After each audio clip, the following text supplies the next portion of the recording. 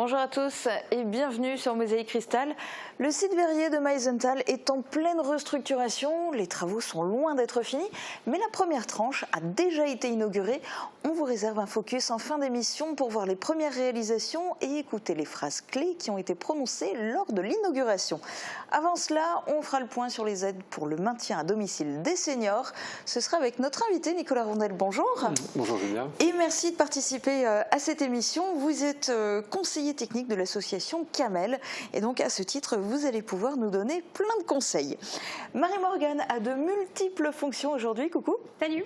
Multiples fonctions puisque tu vas nous dévoiler la météo ainsi que tes bons plans et idées de sortie et puis tu feras le point aussi sur les réseaux sociaux. Mais avant cela, on commence cette émission à Bitche où la nature est à l'honneur. Le 30e anniversaire de la biosphère transfrontière des Vosges du Nord est célébré cette année. Et pour l'occasion, la rencontre annuelle des biosphères de France s'est déroulée à l'étang d'Asselfurt, au VVF. Le programme était chargé. Thibaut, bonjour. Est-ce que tu peux nous donner plus de détails ? Salut Julia, je voudrais commencer par vous décrire ce qu'est qu'une biosphère.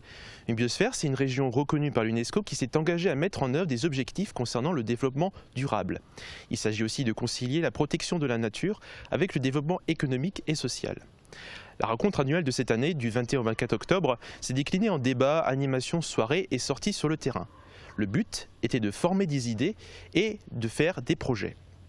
Alors dans le reportage qui va suivre, vous verrez, nous avons suivi un groupe en pleine randonnée pédagogique et vous entendrez l'avis des participants sur cette fameuse semaine. Merci Thibaut et puis merci à Marie au cadrage.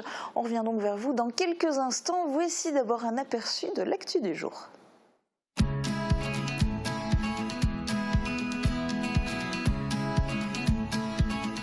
Des activités pour tous les goûts, c'est à Airtrix, chez Best.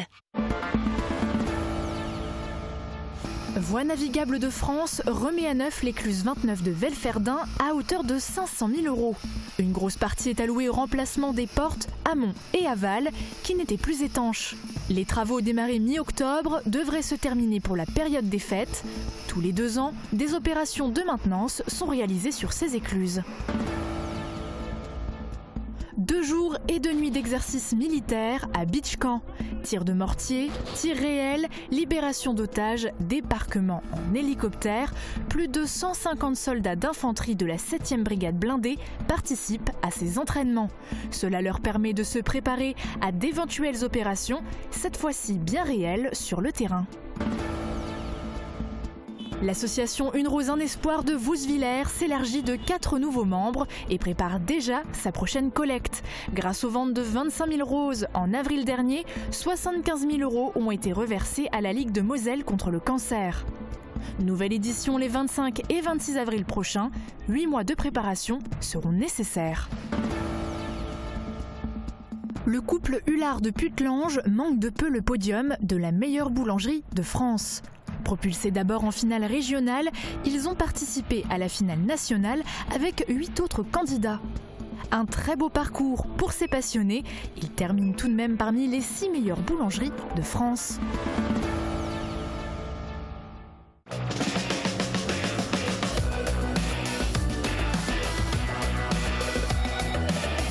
Les crèches de l'Agglo éveillent la petite enfance et facilitent la vie des actifs. Et pour les infos côté météo, c'est Marie-Morgane qui vous détaille les prévisions de Météo France pour demain. Avec le Crédit Mutuel, partenaire des grands événements sportifs.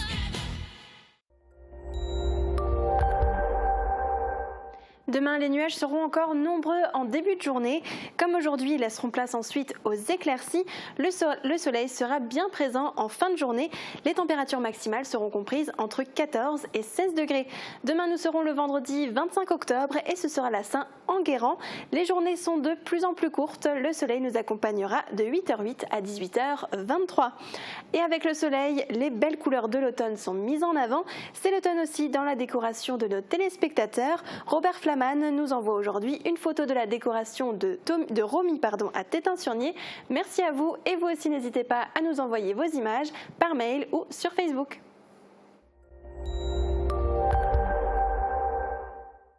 Rien de tel qu'une sortie sur le terrain pour découvrir les richesses de la biosphère des Vosges du Nord. Les 12 représentants de biosphère française se sont baladés dans la forêt près du Falkenberg, dans la réserve naturelle des Roches et Tourbières du Pays de Bitche. On leur a dressé un panorama naturel des enjeux de cette réserve éclatée en 26 sites. Thibaut Desmerlet les a suivis. Loin de l'activité humaine, sous le regard curieux des chênes et des hêtres, un petit groupe entre dans un sanctuaire forestier. Ce site, en plein dans la biosphère des Vosges du Nord, abrite faune et flore dont la vie est protégée et réglementée. Le but de cette sortie dans les bois, faire découvrir les espèces présentes et former les personnes aux problématiques liées à leur sauvegarde. Certains animaux disposent d'un nid au cœur des arbres. Des cavités où niche le Vespertilion de Berstein, une chauve-souris forestière. Le faucon pèlerin, quant à lui, demeure dans les rochers. La mission est simple, créer et faire perdurer une harmonie entre le monde des humains et le monde de la nature. L'idée, c'est que la réserve de biosphère, c'est la réserve de biosphère de tout le monde. Tout le monde habite une région et tout le monde a envie de vivre dans un territoire qui est accueillant. Accueillant pour lui, accueillant pour sa famille, accueillant pour ses enfants. Il y a un territoire accueillant aujourd'hui. On sait bien que c'est un territoire dans lequel la nature va pouvoir être suffisamment protégée pour qu'elle existe encore dans 50 ou 100 ans. Et c'est aussi un territoire où on doit bien vivre. Donc bien vivre, c'est avoir du lien social, c'est avoir des activités, avoir du travail, etc. Plusieurs sujets ont été abordés dans cette marche pédagogique. Il était question de la réintroduction du lynx et de ses impacts sur la chasse, de charbonnières, mais on s'est surtout tourné vers ces fameux arbres habitats et de leur protection contre les forestiers. C'était l'occasion de présenter le martelloscope, un logiciel qui, grâce à une numérotation précise des chênes et des hêtres, répertorie les arbres suivant leur volume, leur qualité de bois et leur prix, et s'ils abritent des lieux de vie.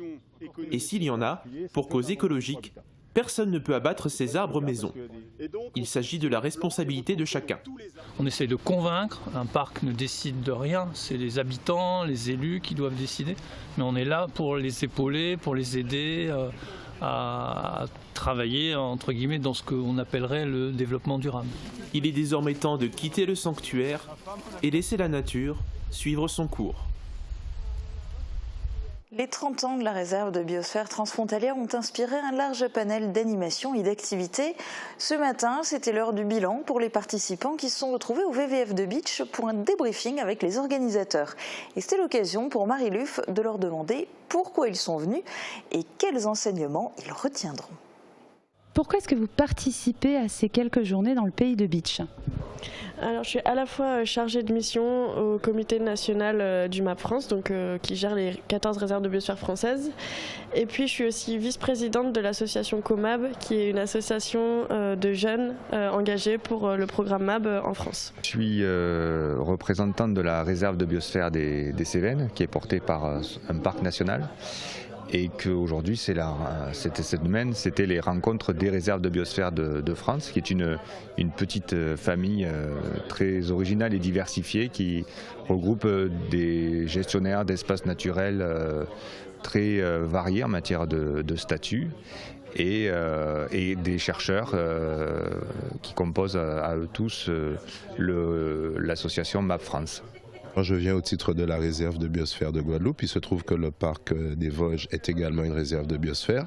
Donc ça a été pour moi l'occasion de découvrir le territoire, puisque je n'en entendais parler, puisqu'on fonctionne en réseau.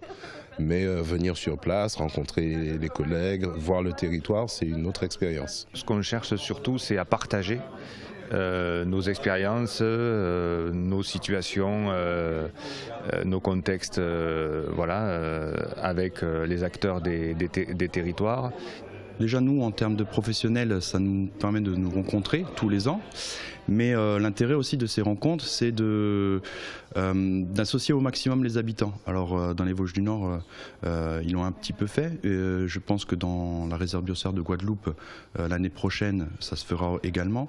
Mais le but, c'est que les professionnels rencontrent aussi les acteurs du territoire, les habitants. Et chaque territoire est spécifique, donc il y aura des sujets à aborder selon si on est en Guadeloupe, si on est en Corse, si on est dans les Vosges du Nord, si on est en Camargue. Qu'est-ce que vous êtes venu chercher ici concrètement du coup ? Les rencontres des réserves de biosphère française, c'est toujours un moment très très riche d'échanges, de partage de bonnes pratiques, d'expériences, de qu'est-ce qui a été fait au cours de la dernière année. Voilà, donc c'est ça, c'est trouver des nouvelles idées, repartir remotivé chez soi pour se remettre au travail. Nous travaillons en réseau, donc il y a des questions qu'on partage et qu'on décline chacun sur son territoire. Ces rencontres sont l'occasion justement de venir confronter nos résultats, voir ce qui marche, ce qui a moins bien marché et pourquoi. Attention au tir à Beach Camp. Nous avons commencé à vous parler hier de l'exercice militaire marathon que des soldats de la 7e brigade blindée de Besançon effectuent actuellement en terre mosellane. Hier après-midi, la brume a fini par se dissiper et des tirs de mortier ont pu être effectués. Guillaume Dumonteil nous en dit plus. L'obus vient d'être envoyé par le mortier, sa cible se trouve à 850 mètres. Il s'agit d'un tir courte distance. Cet appareil permet d'atteindre un objectif situé entre 500 mètres et 5,7 km. À plusieurs kilomètres du pas de tir, en haut d'une colline, se trouvent d'autres militaires qui renseignent les tireurs sur la position de la cible à détruire. Ensemble, ils affinent les réglages du mortier pour détruire l'objectif. Ce mortier a une précision comprise entre 10 et 20 mètres. Le diamètre d'efficacité de l'obus est de 30 à 40 mètres. L'impact au sol est conséquent et il se fait entendre.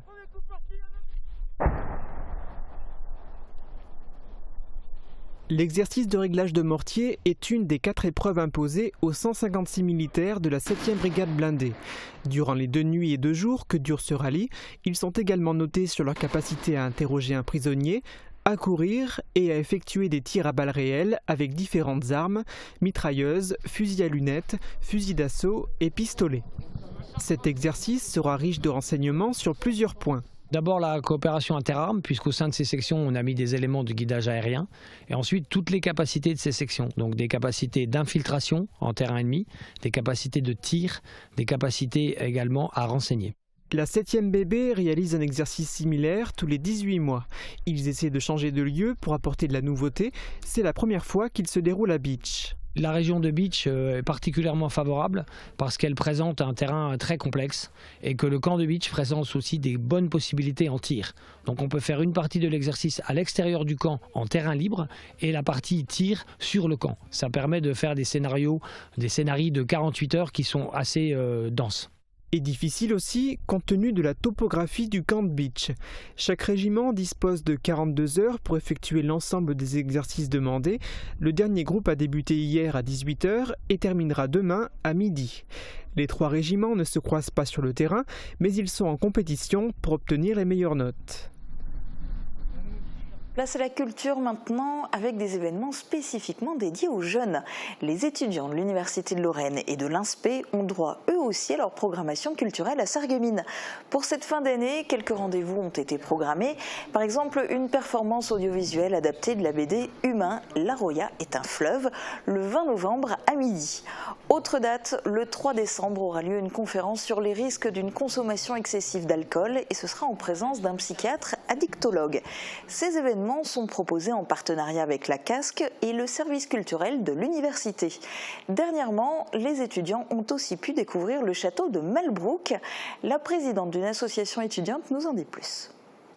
C'était vraiment intéressant donc d'un point de vue culturel parce que c'est vraiment près de chez nous et pourtant c'est des événements dont on n'a pas vraiment connaissance et puis ça nous permet aussi de sortir un peu du cadre scolaire tout en étant entre nous et donc le reste de la semaine ça se passe déjà beaucoup mieux, on le remarque et ensuite d'un point de vue interassociatif aussi on essaye d'agir ensemble pour mener des petites actions. Par exemple on a un spectacle qui va se dérouler le 20 novembre donc Humain La Roya. Et les étudiants ne sont pas vraiment très participatifs, il faut un peu les motiver, mais une fois qu'ils ont participé à ce genre d'activité, au final, ça en ressort que positivement. Info en bref pour les automobilistes, ralentissement à Sarreguemines, le pont des Alliés subit quelques travaux.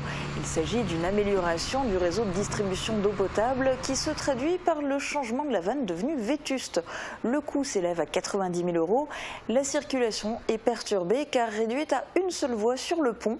Le chantier devrait se poursuivre au moins jusqu'au 31 octobre. Dans un instant, on parle des logements des seniors avec notre invité du jour. Marie-Morgane nous donnera aussi plein d'idées de sortie pour les jours à venir. Et puis on terminera avec un focus sur le site verrier de Meisenthal qui est en plein renouveau. A tout de suite. Rénovation énergétique et esthétique de votre maison. Profitez des aides proposées au Pays de Beach.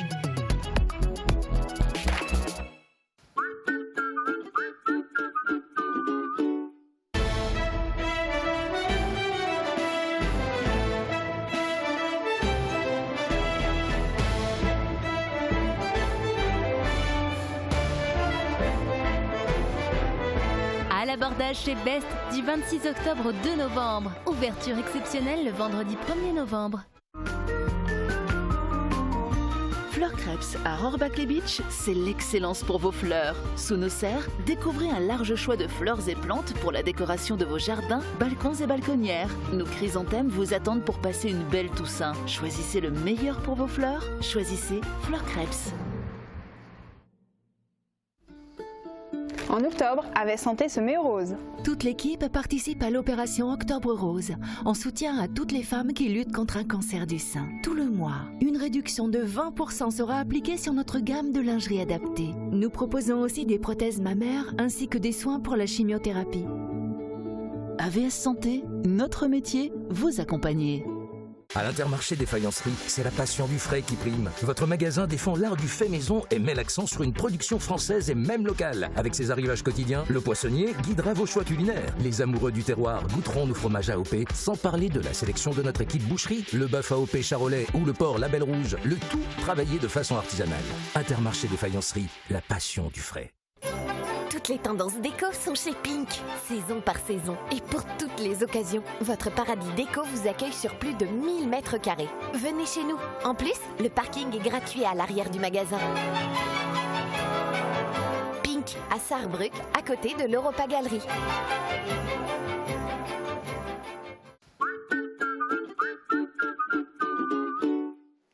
Marie-Morgane, dans ta chronique, on parle des seniors et plus particulièrement de ceux qui vivent en EHPAD.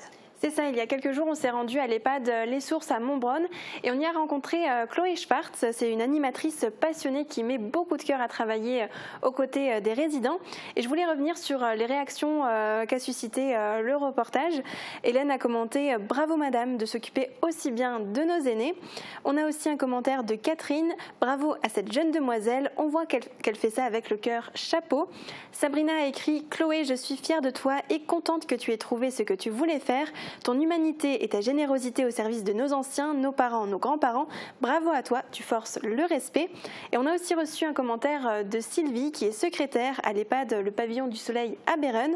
Elle nous écrit « Nous avons également une animatrice, Natacha, qui est accompagnée de notre mascotte Oreo qui est un bulldog français. Elle fait des miracles avec nos résidents. C'est un don que d'exercer ce métier, bravo ».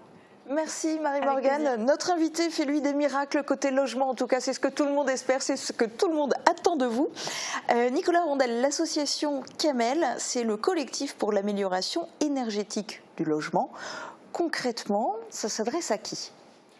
Alors, c'est un collectif qui s'adresse à un public de propriétaires occupants, mais également de propriétaires bailleurs, pour tout ce qui est logement mis en location, et essentiellement sur le Pays de Beach, à travers une convention que nous avons signée avec la communauté de communes du Pays de Beach et l'ANA, l'Agence nationale de l'habitat. Donc tout un chacun peut faire appel à vous pour tout ce qui est amélioration énergétique. On peut effectivement nous solliciter. Après, il y a des critères d'éligibilité pour obtenir différentes aides. Donc on est là pour les orienter et voir avec eux. Il y a toujours des possibilités. Même si les revenus peuvent dépasser certains plafonds, on propose des possibilités avec des primes énergie et autres. Et puis quoi qu'il arrive, les conseils. Alors aujourd'hui, vous êtes là pour parler quand même plus spécifiquement d'un autre aspect de votre travail. C'est tout ce qui est des aides à l'habitat pour le maintien à domicile des seniors. Eux, ils peuvent bénéficier de dispositifs spécifiques, c'est ça ? Oui, alors on a effectivement des possibilités pour les personnes ayant 60 ans au moins, mais également pour des personnes ayant un handicap avéré. Donc des possibilités d'aménagement, d'amélioration de l'habitat pour permettre de rester justement dans son logement de manière plus sécuritaire et plus, on va dire, adaptée à la perte d'autonomie. Et on le sait, les gens, ils s'attachent à leur logement, à leur maison, à leur appartement, surtout quand ça fait parfois des décennies qu'ils y vivent.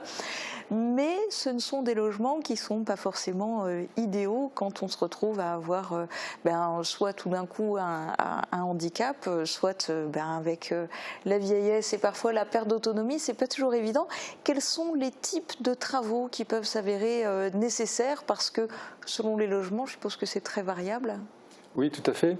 Alors, je rebondis sur votre remarque qu'effectivement, on habite dans son logement depuis souvent très longtemps.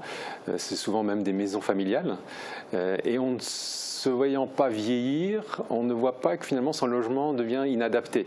Alors, nous, on est là pour préconiser, suivant le projet initial du demandeur, on répond bien sûr à leurs attentes, mais on est là aussi pour regarder et préconiser la sécurisation d'un escalier, des barres d'appui, etc. Donc suggérer des choses auxquelles les gens n'ont même pas pensé, voilà, en fait, qui peuvent ou qui pourront bientôt en avoir besoin. Tout à fait. Donc ça va vraiment d'un investissement très léger avec des barres d'appui ou des mains courantes, comme un aménagement de salle de bain ou la création même d'une pièce au rez-de-chaussée pour permettre d'avoir tout le logement de plein pied, ou alors même des montes escaliers et autres. Donc ça va vraiment d'un des budgets très bas jusqu'à des montants très importants. Un montant très important, on peut atteindre quelle somme pour aménager une maison par exemple? Alors le plafond des aides en général se situe autour de 10 000 € d'aide. Donc, comme ça peut aller jusqu'à 50% de la subvention, donc c'est 20 000 € de travaux, 50% de subvention pour des revenus modestes, donc 10 000 € d'aide. À ça, on veille aussi à vérifier s'ils n'ont pas droit à d'autres aides, comme celles des caisses de retraite, des complémentaires ou Action Logement qui propose actuellement aussi des nouvelles aides. Donc on balaye vraiment l'ensemble des possibilités pour réduire le coût à charge du propriétaire. Oui, parce que ça chiffre vite. Dès qu'on parle de refaire une salle de bain, d'aménager une chambre au rez-de-chaussée, ce genre de choses, par rapport à poser des barres, par exemple, ça peut... Tout à fait. Tout à fait, mais on s'aperçoit quand on mobilise l'ensemble des aides, on peut atteindre assez facilement finalement aujourd'hui jusqu'à 80%, voire plus parfois même, d'aide pour couvrir les travaux. Et puis on parlait tout à l'heure avec Marie-Morgane des EHPAD, c'est aussi une manière du coup soit d'éviter d'avoir à y vivre, soit en tout cas de retarder le plus possible l'échéance, c'est ça ? Oui, c'est vrai qu'on voit bien qu'aujourd'hui les places sont chères, dans tous les sens du terme, c'est-à-dire elles sont peu nombreuses et onéreuses. Et puis la volonté aujourd'hui des personnes âgées, c'est vraiment de rester à domicile. Donc on s'aperçoit que nos préventions, parce qu'en fait on est là aussi pour faire de la prévention, aident à continuer à rester chez soi dans les meilleures conditions. Alors en termes de prévention, les conseils de base, qu'est-ce qu'il faut faire ? Le conseil de base, c'est vrai que nous, on regarde quand même beaucoup les escaliers, tout l'accès au logement. Après, on a c'est vrai, des métiers comme les ergothérapeutes qui vont aller plus loin, que l'on peut solliciter dans des cas vraiment plus délicats, qui vont faire attention même au tapis, à la disposition des meubles et faire des propositions. Oui. Mais une personne âgée qui vit dans une maison depuis 30 ans, 40 ans, 50 ans parfois, on arrive à lui faire changer ses habitudes, à lui faire déménager sa chambre, à lui faire enlever les tapis parce qu'elle va se prendre les pieds dedans, etc. Alors c'est vrai que c'est le point le plus compliqué finalement à gérer, parce que l'aspect matériel, on a toujours plein d'idées, mais l'aspect humain, c'est vrai, est compliqué. Donc on compte beaucoup sur les personnes qui les entourent. Ça vient souvent des enfants, l'idée. Et on est là, nous, pour insister un petit peu et pour montrer l'intérêt à terme finalement de ces équipements. Voilà, c'est vrai que c'est un point difficile qu'on aborde aussi, donc on a un petit côté psychologique qu'on aborde. Bien sûr, il faut le gérer aussi. Alors du coup, pour tous ceux qui veulent s'adresser à vous, on fait comment et est-ce que tout le monde le peut? Donc c'est en priorité pour les seniors et les personnes qui souffriraient de handicap dans le Pays de Bitche. Oui, tout à fait. Pour le maintien à domicile, c'est effectivement donc ces deux catégories de propriétaires. Donc il faut être propriétaire occupant ou alors locataire, justement dans le cadre du maintien à domicile, avec l'autorisation de réaliser des travaux par le propriétaire. Donc les locataires peuvent aussi. Et alors si on s'adresse à vous, c'est payant? Ça se passe comment? C'est financé comment?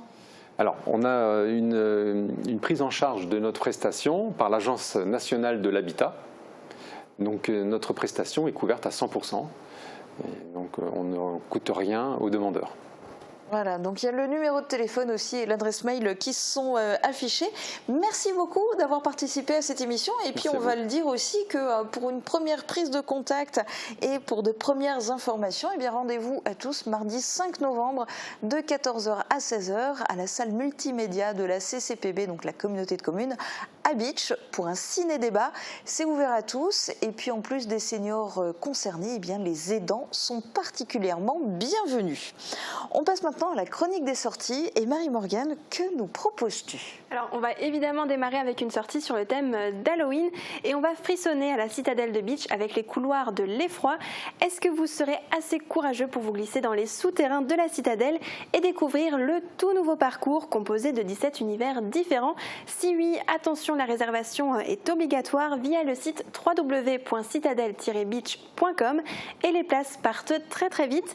Les couloirs de l'effroi ouvrent leurs portes les 25, 26 et 31 octobre de 18h à 23h30. Et ce dimanche, la citadelle sera réservée aux petits. C'est une journée pour les enfants. C'est ça, ils pourront eux aussi participer au couloir de l'effroi de 14h à 18h avec un parcours qui sera adapté aux plus jeunes sans les scènes les plus terrifiantes. Ils pourront aussi partir à la découverte des chauves-souris avec plusieurs animations pédagogiques. Là aussi, les réservations sont obligatoires sur le site de la citadelle. Alors tout ça, c'est pour ceux qui aiment surtout se faire peur. Pour les plus sportifs, il y a une course qui est proposée ce week-end et en plus, elle est pour la bonne cause. C'est ça, la 14e édition des 10 bornes pour Quentin se déroulera ce dimanche à Putlange-au-Lac. Le rendez-vous est donné place Koumaros.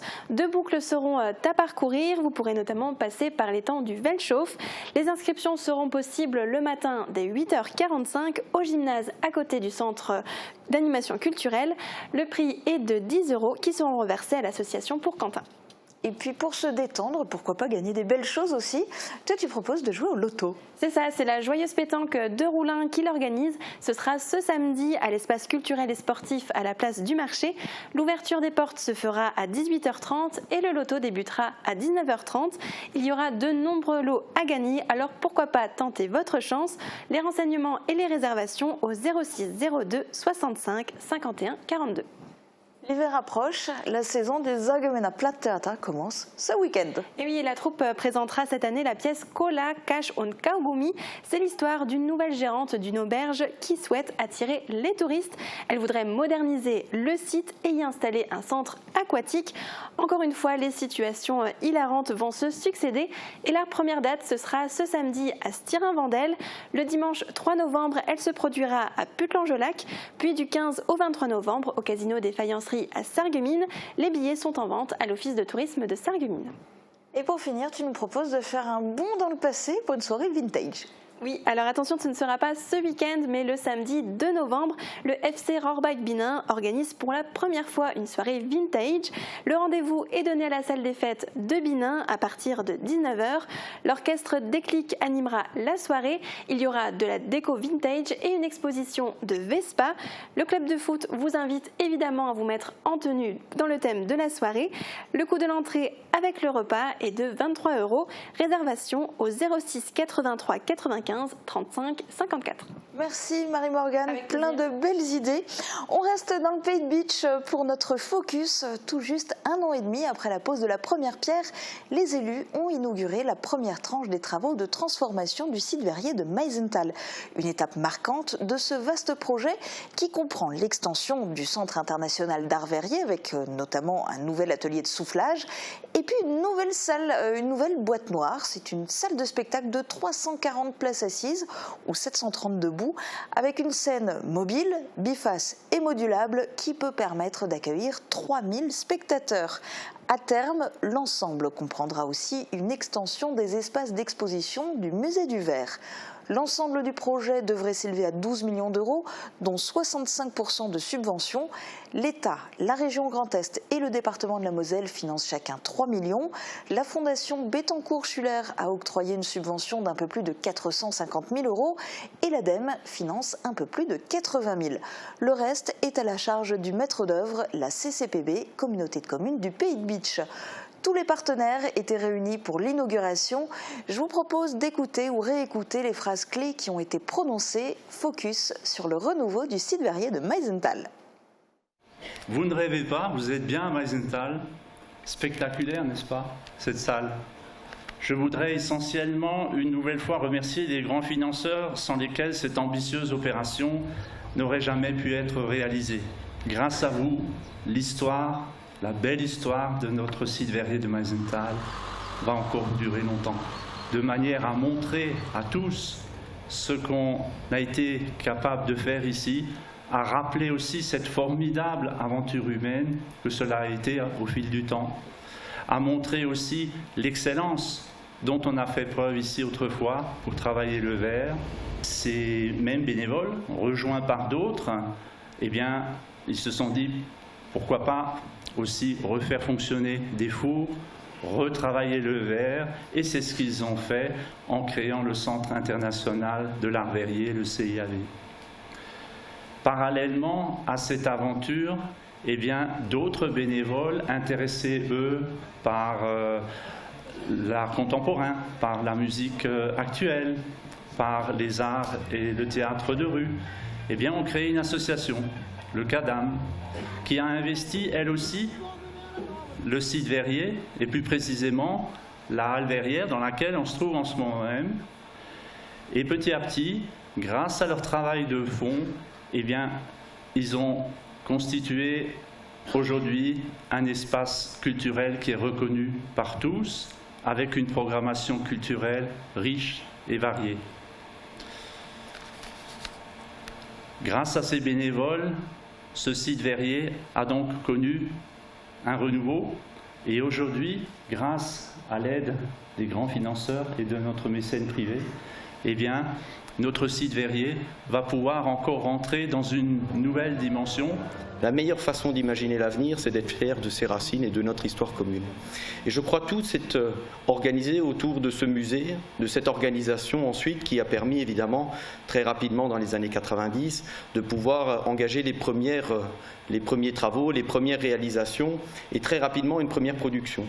Celui d'imaginer qu'on ne peut pas tout arrêter parce que ce savoir-faire, il faut qu'il reste vivace, parce que ces anciens ont besoin de transmettre aux jeunes générations ce qui faisait l'excellence ici et ce qui faisait évidemment la réputation de la verrerie de Meisenthal, au travers évidemment de quelques grands noms dont Émile Gallet. Et je crois qu'aujourd'hui, cette inauguration est avant tout la capacité qu'ont les élus, qu'ont la population de rendre hommage à ce que nous sommes, à ce que nous avons su faire, au travers aussi d'un projet culturel qui est essentiel. Donc il y a un site déjà préexistant avec le Centre international d'art verrier, le CADAM, la halle verrière qui fait du spectacle vivant, et le musée du verre et du cristal, qui sont trois entités déjà sur place.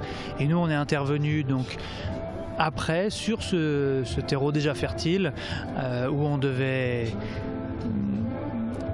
entre guillemets passer à la vitesse supérieure, doter le site d'équipements plus moderne pour passer à la vitesse supérieure. Donc la salle de spectacle, par exemple le CADAM, la halle verrière, qui s'appelle maintenant la Boîte Noire, c'est une salle de spectacle, musique amplifiée, donc au sens où on l'entend actuellement. Donc c'est une salle totalement contemporaine qui n'existait pas vraiment auparavant. Les spectacles se passaient dans la halle verrière, mais maintenant c'est une salle vraiment réellement équipée, une salle nationale. Le Centre international d'art verrier, lui, avait besoin d'espaces de four et de production à chaud supplémentaires. Ils étaient limités dans leur capacité de production et c'est ce que nous, on a construit pour eux, avec des bureaux et des espaces pour les verriers. Et le musée, qui n'est pas encore construit mais qui le sera bientôt, donc c'est la rénovation du musée dans le bâtiment existant et donc la création d'espaces d'exposition entièrement rénovés. Le grand challenge de cette première tranche de chantier qui a duré 18 mois, c'est impressionnant, ça a été de faire cohabiter le public avec le chantier. Donc dès la base du projet, même avec les architectes, déjà cette contrainte avait été induite et donc effectivement on a mis en place des circuits de visites qui ont été modifiés à certains moments. On a créé un observatoire qui permet au public de s'élever au milieu du site et d'avoir une vue dégagée sur les bâtiments avec de la médiation autour du chantier pour qu'ils comprennent cet environnement un peu chargé qui les entoure. En tout cas, je crois que c'est même que de faire confiance et de rendre hommage à notre public que de ne pas fermer pendant les travaux, tant que c'est possible évidemment, et pour leur faire montrer le changement en temps réel. C'est à la fois l'alliance de la pâte de verre et de la pâte humaine qui font un véritable projet de territoire. Cette alliance de la pâte de verre et de la pâte humaine ici à Meisenthal, c'est effectivement venu de cet engouement citoyen, de cette responsabilité du geste à retrouver, de cette création absolument indispensable qui permet petit à petit de bâtir à la fois un projet artistique, un projet industriel, un projet économique aussi à travers la culture. C'est crucial, c'est important. Un lieu qui évoque évidemment la fin d'une activité industrielle, celle de la fabrication du verre de Meisenthal, la fin aussi d'une aventure humaine, celle de plusieurs centaines de verriers qui étaient l'âme de cette usine et aussi de ce village. Mais ce site est aussi un lieu qui, grâce à l'implication de quelques passionnés, des collectivités locales et territoriales et de l'État, a su retrouver un nouveau souffle, une seconde vie particulièrement foisonnante autour du musée du verre, du CADAM et du Centre international d'art verrier. En quelques années, grâce à la persévérance de l'ensemble des partenaires, le site verrier est devenu un lieu incontournable du pays de Bitche et de la Moselle, tant au regard de l'action culturelle que du développement économique et le développement touristique. Un lieu où la création artistique a toute sa place, que ce soit au sein du CIAV, qui accueille chaque année de nombreux artistes et de designers, ou à la Halle Verrière avec sa programmation toujours plus surprenante autour du spectacle vivant, de la musique actuelle et des arts plastiques. Mais Meisenthal a aussi acquis une reconnaissance nationale et internationale grâce en particulier aux boules de Noël, de facteurs traditionnels ou contemporaines. Les boules de Meisenthal conquièrent et charment d'année en année un public de plus en plus nombreux. Il s'agit là d'une aventure extraordinaire qui témoigne de notre volonté de développer ce site en respectant le passé tout en l'inscrivant dans une dynamique résolument moderne. Se forge ici une incroyable alchimie entre la créativité et les techniques anciennes et celles d'aujourd'hui. Et je dirais ici, les racines nous ont donné des ailes. Et avec cet envol et cette augmentation constante de la fréquentation du site verrier de Meisenthal, 60 000 visiteurs en 2018, et la volonté d'étoffer les programmations, il était clairement apparu que le site verrier de Meisenthal, dans son ensemble, était arrivé à la limite de son développement. Et c'est dans ce contexte-là que la communauté des communes du pays de Bitche a lancé le projet de réhabilitation du site de Meisenthal. Et je tiens à remercier tout particulièrement l'ensemble des élus qui m'ont accompagné, communautaires, et des élus qui m'ont accompagné dans cette aventure. Un projet ambitieux, mais néanmoins réaliste pour donner un nouveau souffle au site verrier de Meisenthal, tout en lui conservant son originalité, son authenticité et sa dimension humaine. Nous sommes aujourd'hui dans cette halle verrière. C'était 265 années d'activité, 600 employés lorsqu'évidemment cette manufacture tournait à plein régime. Et puis en 69, elle s'est arrêtée. Une poignée de bénévoles, des habitants, des élus à l'époque se sont mobilisés pour raconter l'histoire du savoir-faire de Meisenthal au travers de l'art verrier. Et donc progressivement, évidemment, on a eu quelques associations d'animation autour de la culture, de la musique, du théâtre, de l'art de rue qui se sont organisées. Et puis on a eu une première production d'art verrier ici à Meisenthal. Et donc évidemment le département est un partenaire historique depuis toujours ici sur ce site.